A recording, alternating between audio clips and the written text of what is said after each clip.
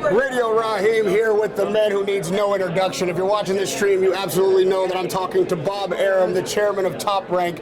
We're here at Wildcard Boxing Gym, only a few moments away from Pacquiao putting on the gloves and showing us what he's got for the millionth time. We're going to see speed and power, and we're going to see what he's got from Timothy Bradley on April 9th at the MGM Grand Arena.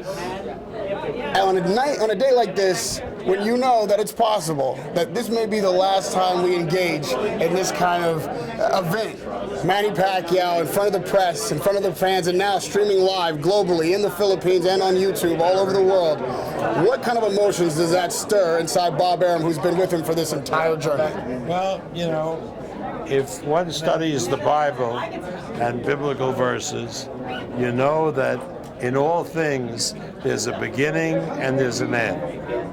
Well, we know the beginning from Manny Pacquiao. We're not sure what the end will be, but believe me, there will be an end. Whether it's after this fight or down the road a little bit, we'll find out. So I'm very philosophical about it. And, you know, I'm not going to try to convince him to continue fighting or to stop fighting. That's a decision that he has to make. Well, when we come to the end, it often makes us reflect on the beginning.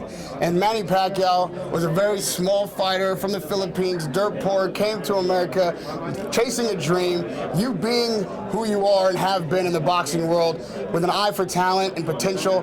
When you first laid eyes on this guy, what made you think, this is someone that I want to do business with? And did you have any idea that the potential lied inside him for what he's achieved thus far in his career? Well, when I first saw him fight, I didn't think he was very much. He fought on a card, Mayweather card, in San Francisco. Subsequently, he fought against fighters that I promoted, my Mexicans, Marquez, Morales, and I realized what a great talent he was and a great showman. And we were able to really monetize his boxing career. He did extraordinarily well as a pay-per-view star.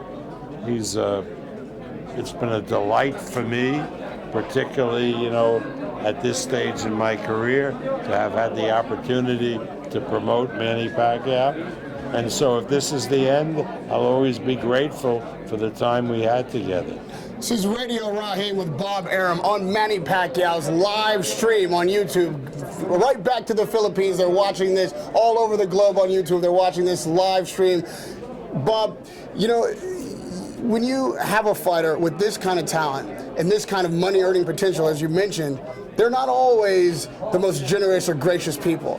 But Manny Pacquiao has made a legend of himself in that regard, and many people don't know the kind of charitable things that he's done, the kind of ways he's impacted people's lives, but you've been there to witness that kind of thing firsthand. Can you talk to me a little bit about the experience that you've had seeing that, and what Pacquiao's done for people who have nothing to do with boxing?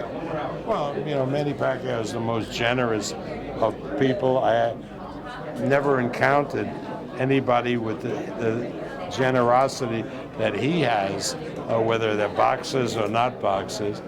I know the outboard motors that he bought for a fleet of fishermen in Sarangani province, which enabled them to really increase their earning power by cutting down the time it took them to go out to the deep waters to catch the fish. He's built hospital beds, he's supplied hospital beds, built hospitals, given so many of the kids the chance for a better education with scholarships. He's really been wonderful for the people in the Philippines. You've been in this boxing game, Bob Arum, 50 years, half a century. We congratulate you on that and celebrate your time and impact on the sport.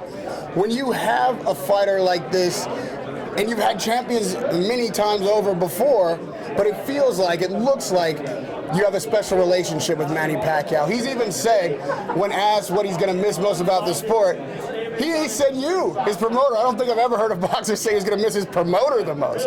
What is that relationship built on, and how did you become so close? Well, we've been through a lot together. We developed a mutual trust. He knows what I think of him, and how I care about his family, and we've become, more importantly than just business partners, well, we've become really close personal friends, and I'm really grateful for that.